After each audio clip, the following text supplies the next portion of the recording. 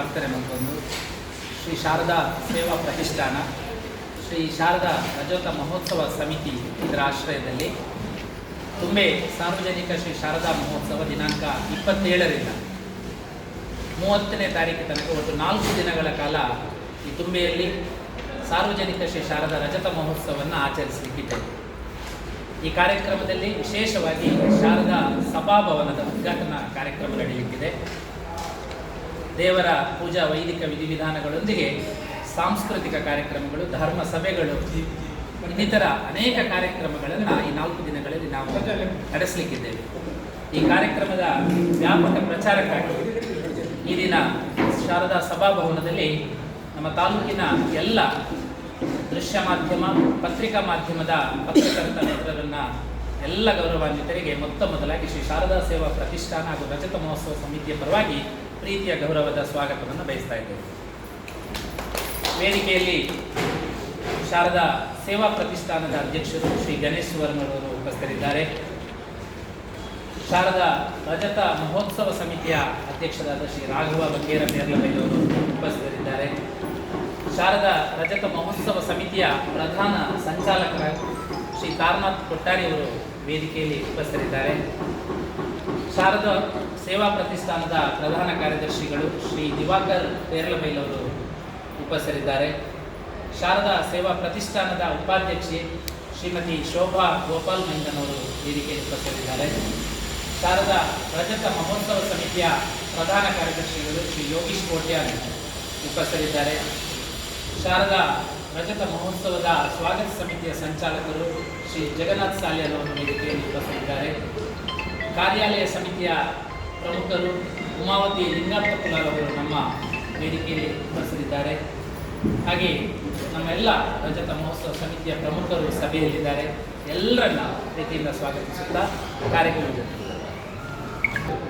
ಹಾಗೆ ಸದಾನಂದ ಕೋಡಿಯಟ್ಟ, ಗೋಪಾಲ್ ಬೆದ್ರಾಡಿ ಅವರು ನಮ್ಮ ಈ ಸಭೆಯಲ್ಲಿ ಉಪಸ್ಥಿತರಿದ್ದಾರೆ.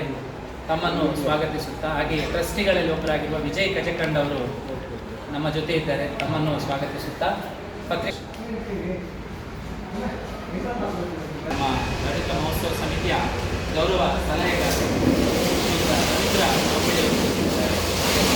ಆತ್ಮೀಯವಾಗಿ ಸಾರ್ವಜನಿಕ ಶ್ರೀ ಶಾರದಾ ರಜತ ಮಹೋತ್ಸವ ಸಮಿತಿ ಇದರ ಆಶ್ರಯದಲ್ಲಿ ನಡೆಯುವಂಥ ಶ್ರೀ ಶಾರದಾ ಸಮುದಾಯ ಭವನದ ಉದ್ಘಾಟನೆ ಮತ್ತು ತುಂಬೆ ಶಾರದೋತ್ಸವ ರಜತ ಸಂಭ್ರಮದ ಉದ್ದೇಶವಾಗಿ ನಾವು ಇವತ್ತು ಪತ್ರಿಕಾಗೋಷ್ಠಿಯಲ್ಲಿ ಸೇರಿರುವಂಥ ಎಲ್ಲ ಪತ್ರಿಕಾ ಮಾಧ್ಯಮದ ಬಂಧುಗಳಿಗೆ ಒಂದು ಯುವಕರ ತಂಡ ಒಂದು ಧಾರ್ಮಿಕವಾಗಿ ಒಂದು ಯುವಶಕ್ತಿ ಒಟ್ಟುಗೂಡಬೇಕೆಂಬ ಉದ್ದೇಶದಿಂದ ಶ್ರೀ ಶಾರದಾ ಸೇವಾ ಪ್ರತಿಷ್ಠಾನವನ್ನು ರಚಿಸಿಕೊಂಡು ನಾವು ರಾಷ್ಟ್ರೀಯ ಹೆದ್ದಾರಿಯ ಪಕ್ಕದಲ್ಲಿ ಸಾರ್ವಜನಿಕ ಶಾರದೋತ್ಸವವನ್ನು ಆಚರಿಸ್ತಾ ಇದ್ದೇವೆ.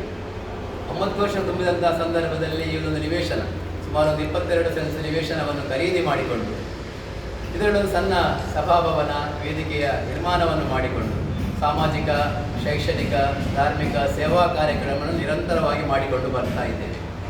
ಯೋಜನೆಯನ್ನು ಹಾಕಿಕೊಂಡು ಕಾರ್ಯಪ್ರವೃತ್ತರಾದೆವು. ಸುಮಾರು ಏಪ್ರಿಲ್ ತಿಂಗಳಲ್ಲಿ ಈ ಒಂದು ಯೋಜನೆಗೆ ಚಾಲನೆ ಸಿಕ್ಕಿತು. ಸಮುದಾಯ ಭವನ ನಿರ್ಮಾಣಗೊಂಡು ಸಮರ್ಪಣೆಗೆ ಸಿದ್ಧವಾಗಿದೆ. ಉದ್ಘಾಟನಾ ಸಮಾರಂಭದಲ್ಲಿ ಈ ಒಂದು ಸಭಾಭವನದ ಉದ್ಘಾಟನೆಯನ್ನು ನಮ್ಮ SCDCC ಬ್ಯಾಂಕಿನ ಅಧ್ಯಕ್ಷರಾದಂಥ ಡಾಕ್ಟರ್ ರಾಜೇಂದ್ರ ಕುಮಾರ್ ಅವರು ನೆರವೇರಿಸಿಕೊಡ್ತಾರೆ. ಅದೇ ರೀತಿ ಜೊತೆಗೆ ಒಟ್ಟೊಟ್ಟಿಗೆ ನಮ್ಮ ಇಲ್ಲಿದ್ದ ಒಬ್ಬರು ಉದ್ಯಮಿ, ಪ್ರಸ್ತುತ ಅವರು USA ಯಲ್ಲಿದ್ದಾರೆ, ಕೃಷ್ಣ ಪ್ರಸಾದ್ ಶೆಟ್ಟಿ ಪೇರ್ಲಬೈಲು ಅಂತೇಳಿ ಅವರು ದೀಪೋತ್ಸವನ ಮಾಡಲಿಕ್ಕಿದ್ದಾರೆ. ಬೇರೆ ಬೇರೆ ಅನನ್ಯ ಕ್ಷೇತ್ರದ ಎಲ್ಲ ವಿಶೇಷವಾದಂಥ ನಾಯಕರು, ರಾಜಕೀಯ, ಸಾಮಾಜಿಕ, ಧಾರ್ಮಿಕ ಕ್ಷೇತ್ರದ ನಾಯಕರ ಉಪಸ್ಥಿತಿಯಲ್ಲಿ ಸಮುದಾಯ ಭವನ ಲೋಕಾರ್ಪಣೆ ಆಗ್ತದೆ. ಕೊಡಲಿ ಗಿರಿಪ್ರಕಾಶ್ ತಂತ್ರಿಗಳ ನೇತೃತ್ವದಲ್ಲಿ ಶಾರದಾ ಮಾತೆಯ ಪ್ರತಿಷ್ಠಾಪನೆ ಆಗ್ತದೆ. ತುಂಬೆ ಶಾರದೋತ್ಸವ ಅಂತ ಹೇಳಿದರೆ ಬಹಳ ವಿಶೇಷ. ಯಾಕೆಂದರೆ ರಾಷ್ಟ್ರೀಯ ಹೆದ್ದಾರಿ ಪಕ್ಕದಲ್ಲಿ ಒಂದು ಯುವಕರ ಸಂಘಟನೆ ಶ್ರದ್ಧಾಪೂರ್ವಕವಾಗಿ, ಭಕ್ತಿಪೂರ್ವಕವಾಗಿ, ಸಂಘಟನಾತ್ಮಕವಾಗಿ ಮಾಡುವಂಥ ಶಾರದೋತ್ಸವ. ಈ ಶಾರದೋತ್ಸವದ ರಜತ ಸಂಭ್ರಮಕ್ಕೆ ಗೌರವಾನ್ವಿತ ಪ್ರಭಾಕರ್ ಭಟ್ ಕಲ್ಲಡ್ಕ ಇವರು ಚಾಲನೆಯನ್ನು ಕೊಡ್ತಾರೆ. ಅದೇ ಸಂದರ್ಭದಲ್ಲಿ ನಮ್ಮ ಇಲ್ಲಿಯ ಕನಪಾಡಿ ದೇವಸ್ಥಾನದ ಧೂಮಣ್ಣನವರು ಧ್ವಜಾರೋಹಣ ಗೈದು ಈ ಒಟ್ಟು ಕಾರ್ಯಕ್ರಮಕ್ಕೆ ಚಾಲನೆಯನ್ನು ನೀಡಲಿಕ್ಕಿದ್ದಾರೆ. ಆನಂತರ ಭಜನಾ ಕಾರ್ಯಕ್ರಮಗಳು ನಿರಂತರವಾಗಿ ನಡೆಯುತ್ತದೆ. ಸಂಜೆ ಹೊತ್ತಿನಲ್ಲಿ ಈ ವರ್ಷ ವರ್ಷ ಕೂಡ ನಾವು ಕಳೆದ 24 ವರ್ಷದಲ್ಲಿ 1 ದಿವಸದ ಶಾರದೋತ್ಸವ ಇತ್ತು. ಈ ವರ್ಷ ಸಮುದಾಯ ಭವನ ಹೊಸದಾಗಿ ನಿರ್ಮಾಣ ಆಗಿದೆ. 25ನೇ ವರ್ಷದ ಶಾರದೋತ್ಸವ. ಆದ್ದರಿಂದ 2 ದಿನ ಮಾಡಬೇಕೆಂಬ ನಮ್ಮೆಲ್ಲರ ಯುವಕರ ಅಪೇಕ್ಷೆಯ ಮೇರೆಗೆ ಮೊದಲನೇ ದಿವಸ ಸೋಮವಾರ ದಿವಸ ನಾವು ಸಂಜೆ ಹೊತ್ತಿನಲ್ಲಿ ಶ್ರೀ ಶಾರದಾ ಮಾತೆಗೆ ದೀಪಾಲಂಕಾರ ಸಹಿತ ಒಂದು ಅಲಂಕಾರ ಪೂಜೆ ನೀಡುವ ಮೂಲಕ ಅವತ್ತು ಸಂಜೆ ಸಾಂಸ್ಕೃತಿಕ ಕಾರ್ಯಕ್ರಮದ ಅಂಗವಾಗಿ ಒಂದು ನಾಟಕ ಗೆಂದೆಗಿಡಿ ಎಂಬ ಒಂದು ಒಳ್ಳೆಯ ಭಕ್ತಿ ಪ್ರಧಾನವಾದಂಥ ನಾಟಕವನ್ನು ಆಯೋಜನೆ ಮಾಡಿದ್ದೇವೆ. ನಿರಂತರವಾಗಿ ಗಣಪತಿ ಹೋಮ 4 ದಿವಸ ಕೂಡ ನಡೀತದೆ.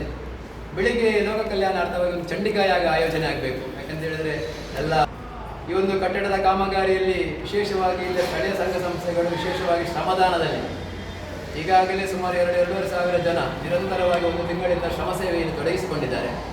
ಒಂದು ಸ್ಥಳೀಯ ಒಂದು 25 ಸಂಘ ಸಂಸ್ಥೆಗಳು ನಮಗೆ ನಿರಂತರವಾಗಿ ಸಹಕಾರವನ್ನು ನೀಡ್ತಾ ಇದ್ದಾರೆ. ಅಂತೆಲ್ಲ ಸಂಘ ಸಂಸ್ಥೆಗಳ ಪ್ರಮುಖರ ಉಪಸ್ಥಿತಿಯಲ್ಲಿ ಸಮಾರೋಪ ಸಮಾರಂಭ ನಡೆಯಬೇಕೆಂಬುದು ನಮ್ಮ ಆಹ್ವಾನ. ಆದ್ದರಿಂದ 30ನೇ ತಾರೀಕಿನ ಸಮಾರೋಪ ಸಮಾರಂಭದಲ್ಲಿ ಎಲ್ಲ ಸ್ಥಳೀಯ ಸಂಘ ಸಂಸ್ಥೆಗಳ ಪ್ರಮುಖರ ಉಪಸ್ಥಿತಿಯಲ್ಲಿ ಆ ಒಂದು ಕಾರ್ಯಕ್ರಮ ಸಂಪನ್ನ ಆಗ್ತದೆ. ಒಂದು 4:30 ಗಂಟೆಗೆ ಭವ್ಯವಾದಂಥ ಶೋಭಾಯಾತ್ರೆ ನಡೆಯುತ್ತದೆ. ಈ ವರ್ಷ ವೇದಿಕೆಯಲ್ಲಿ ಕೂಡ ಒಂದು ಮಕ್ಕಳ ಪ್ರದರ್ಶನ, ಜೊತೆಗೆ ಶೋಭಾಯಾತ್ರೆಯಲ್ಲಿ ಕೂಡ ಅವರನ್ನು ಜೋಡಣೆ ಮಾಡಬೇಕು. ಒಟ್ಟು ಭಜನೆ ವಾದ್ಯಘೋಷದೊಂದಿಗೆ ಈ ಶೋಭಾಯಾತ್ರೆ ನಮ್ಮ ಇಲ್ಲಿಂದ ಸಭಾಮಂಟಪದಿಂದ ರಾಮಗಡ್ಡೆಗೆ ಹೋಗಿ ತುಂಬೆ ಜಂಕ್ಷನ್ ಆಗಿ ಕೆಳಗಿನ ತುಂಬೆಗೆ ಹೋಗಿ ಬಳ್ಳಾರಿ ರಸ್ತೆಯಲ್ಲಿ ಸಾಗಿ ನೇತ್ರಾವತಿ ನದಿಯಲ್ಲಿ ವಿಸರ್ಜನೆ ಆಗ್ತದೆ.